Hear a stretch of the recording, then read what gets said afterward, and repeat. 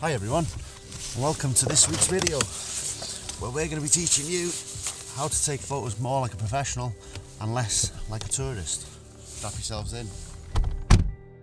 So today's video basically is teaching you guys how to think a bit more like a professional photographer and less like a tourist. So what that means is I want to teach you guys how to get different perspectives and how to think about getting better photos when you're at places like landmarks such as South Stack Lighthouse, which is where we're going to be shooting today. So what it is about getting you guys to think a little bit outside of the box when it comes to taking photos of somewhere, rather than just going to a car park. Wherever you arrive at these places, you always arrive at a main car park, you put your car where everybody else puts it, and you always kind of end up taking shots that everybody else takes. And today what we're going to do is we're going to be teaching you how you can think outside of the box and make sure that your photos are seen way more than anybody else's. So tune in. So going off the example that I've just given, the amount of cars that have just pulled up at South Stack Lighthouse car park, there is the lighthouse, and what they'll tend to do is they'll flock up to the top vantage point, and then they'll just take your average top down shot of South Stack. So what I'm going to teach you to do is to make sure that when you arrive at a spot like this, sometimes we don't have time to be in these locations for long, but if you do get a chance to get to these spots relatively early, before actually getting your camera out, make sure that you can scout a few places. And what I mean by that is observe different spots. So you've got vantage spots up at the top, which we will be visiting shortly. We're actually going to be going down towards the lighthouse and heading down to the base.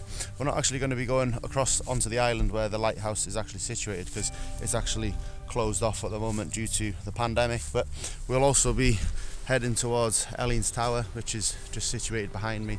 But it's just about thinking, it's about looking and getting different vantage spots, getting little places where no one else goes. And that means if you have to go off the beaten track, if you have to kind of go where no other man goes, as they say, to get that shot, then it's completely worth it. So what we'll do now is we'll check in and we'll go up to one spot, which is the old watchtower.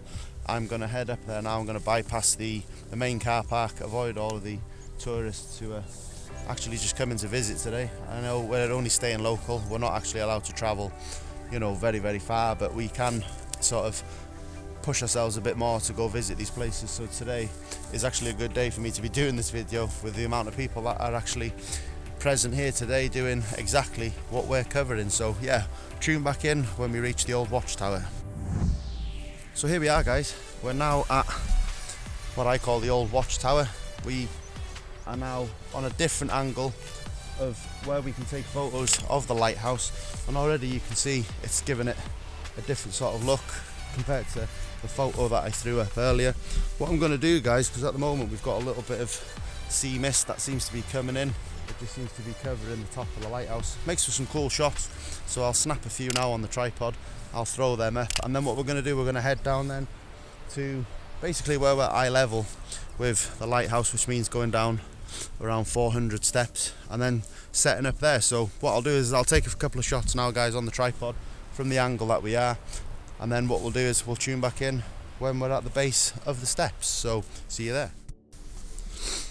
Bit of a dirty lens there, guys. So just before we head down to the steps, guys, what I wanted to do is to give you guys an example of using natural things that are around in your surroundings to frame what it is you are trying to shoot. So this old watchtower, I think it's a watchtower, I don't know what it was really in its day, but I've always called it a watchtower. It's been here for many years, been battered by the wind and the rain, and across the years it's actually, with a bit of vandalism, it's actually started to crumble apart. And what I'm going to do is I'm going to use this broken bit of wall here to really frame the shot and make the main subject, which is the lighthouse, stand out just that little bit more. But yeah, use what's around you, guys, use little bits to frame your shot. We've got this old piece of iron here, it must have held something when it was back in operation. We're going to use that to really sort of build a foreground to the surrounding area and to the main subject, and really build around that main subject, which is South Stack Lighthouse. So yeah, just a quick tip, guys, just before we head down to the steps. So use little bits of what's around and what's close by, and use that as a natural frame, and use it to build and guide your viewers' eyes to the main subject of your image. So let's reconvene, guys. We'll meet you down at the bottom of the steps. See you there. Peace. Right then, guys, that's nearly 400 steps done. I think the grand total of steps to get to where we are now is basically 408. We still do have quite a few more to go, but what we'll do is we'll have a little chat here.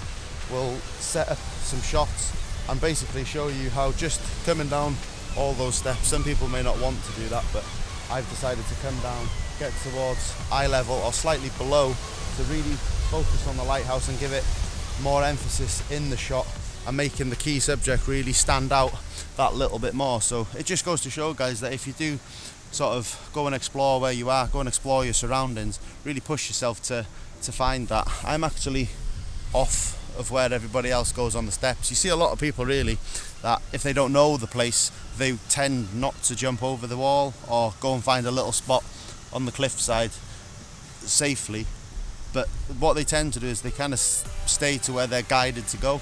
If you sometimes jump out of that mindset and just find yourself a little spot, you know, where I am now, you can use a bit of the grass in the foreground and really, or even just use the bridge as a leading line towards the lighthouse itself. So it just goes to show, guys, that if you really do push yourself to find new perspectives of what it is you're shooting, you really can make a difference in your photos and really capture more people's attention on social media. So just making that little bit of difference, coming down, getting to the base of the steps. What we'll do then is we'll reconvene.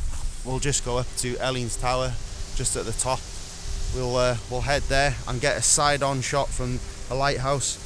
And just one more thing, guys, if you do have a drone, I fly a drone myself, I got the DJI Mavic 2 Pro. What I'm actually going to do is I'm in two minds as to send the drone out to the opposite side of the lighthouse and just really getting a low down shot from an angle that humans just can't go to unless you're on a boat. So that's what we'll do, guys. I'll take a couple of shots here now and show you them on the screen, and this is perspective number 2. Just by going for another little walk, enjoying my surroundings, really does change what it is that I'm shooting. So here's a couple of shots for you to enjoy, guys.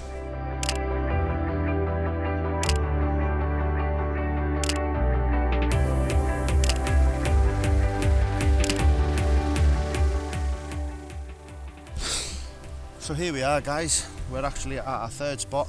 We've got Elleens Tower just behind, and as you can see, we're at a completely different angle to shooting to where everybody else tends to shoot, or where the tourists tend to shoot. So we've worked 3 different areas, but it just goes to show, guys, how just walking around a site, really sort of hiking around, explore, enjoy yourself, just, you know, enjoy the wellness that comes with photography. Explore, see the outside world, and just enjoy being outside, enjoy having your camera in your hand. But those little tips and tricks, maybe parking in a different car park, or possibly just having a walk around wherever it is that you are shooting, whatever destination you're at, whatever landmark, beauty spot, just try and have a little look, see where everybody else is, or, you know, research it before you go there. If you are limited on time, just basically try and make sure that when you do arrive at these places, that you look and see what everybody else is doing, where are the herds of people going, and then make sure that you avoid those spots. And pretty much what you'll do then, guys, is you'll start taking photos a bit more like a photographer and a little less like a tourist. So I hope you enjoyed today's video, guys. I certainly enjoy making them now. I'm a little bit better now that I've done my first welcome to my channel video. So hopefully on the third video we are going to be covering, does photography necessarily have to be expensive? I'm going to show you 2 different cameras. One is a smartphone, which costs less than £300, and I'm also going to show you how to take photos on a DJI Osmo Action. So stay tuned for that, guys. That's the next video. I hope you enjoyed today, and I hope you took a couple of tips and tricks, and hopefully you can go out there, see the world, capture life. See you on the next one, guys. Peace.